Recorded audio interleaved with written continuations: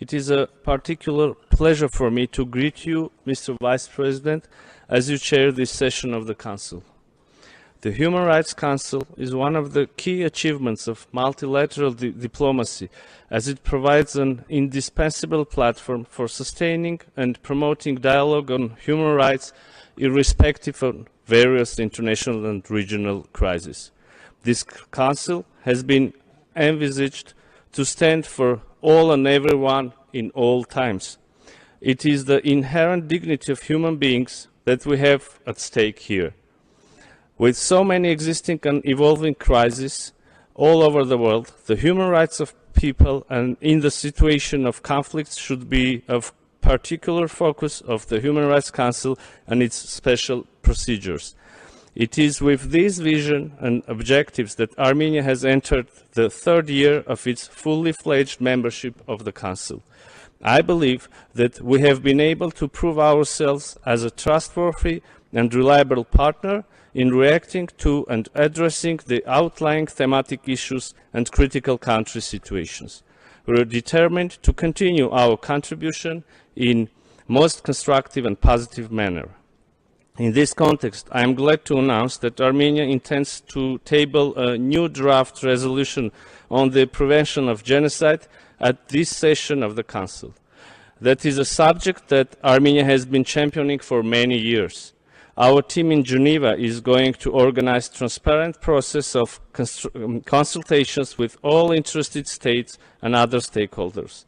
After the difficulties and potential crises, after 44-day war launched by Azerbaijan, snap parliamentary elections were held in Armenia, where people of Armenia reconfirmed their commitments and devotion to the values of democracy and human rights. The international observers of the snap parliamentary elections assessed that they passed in compliance with the human rights commitments and democratic standards. Most recently, in this year's Democracy Index published by the Economist Intelligence Unit, Armenia was ranked as a leader of the region based on such findings as electoral process and pluralism, functioning of the government, political participation, political culture, and civil liberties. Mr. Vice President, this year marks the 30th anniversary of Armenia's membership to the United Nations. I hereby reiterate my nation's unwavering commitment to the multilateralism with the United Nations at its core, and our full adherence to the purposes and principles of the UN Charter. It was no coincidence that the opening line of the United Nations Charter referred to "we the peoples" as the source of its legitimacy. People and their rights must be placed at the forefront and center of everything done by the United Nations as a whole. The right to self-determination has been one of the main purposes of the United Nations, and use of force against this right can trigger an entire chain of human rights violations, including mass atrocities and ethnic cleansing. This is something we observed during and after the war initiated by Azerbaijan against people of Nagorno-Karabakh in 2020. The United Nations and its bodies have been bestowed with a universal mandate to enjoy unconditional, unimpeded, unhindered access to the people in need, wherever they are and in all circumstances. We call upon the international community to assume responsibility for ensuring unconditional access to the whole territory of Nagorno-Karabakh. The United Nations Special Procedure Mandate holders issued several communications to Azerbaijan, raising questions with regard to the use of mercenaries, extrajudicial executions, arbitrary detentions, enforced disappearances, destruction of religious and cultural heritage in the context of Nagorno-Karabakh conflict. Azerbaijan declined to give a proper response and, in fact, failed to answer to the last communications at all, in a sheer defiance to the UN human rights machinery. The impunity leads to new violations. Apart from Nagorno-Karabakh, Azerbaijan continues its policy of human rights abuses now on the borderline areas of the Republic of Armenia. wherein the civilian population suffers from constant provocative actions of armed forces of Azerbaijan.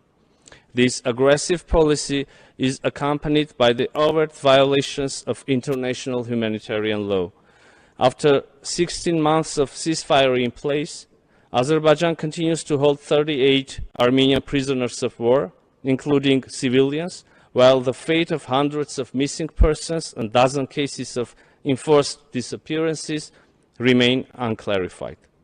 Mr. Vice President, the plight of people to whom the United Nations does not have access should not be forgotten. The people of Nagorno-Karabakh should not be discriminated because of their origin, language, religion, political or other opinion, national origin, and other status. We strive to achieve the safe, dignified, and voluntary return of the Armenians to their ancestral homes in all parts of Nagorno-Karabakh. The provisional measures put forward by the International Court of Justice on December 7, 2021, which instructs Azerbaijan to cease racist and discriminatory policies against Armenians, including destruction and vandalism on the Armenian cultural heritage, should be unconditionally implemented. These measures come to prove anti-Armenian policies of Azerbaijan, including its Armenophobic bellicose rhetoric, depriving the people of their means of subsistence, constantly terrorizing Armenian population, and threatening with new use of force. Only urgently addressing these issues, we will be able to ensure peace, stability, justice, and protection of human rights in our region. Thank you.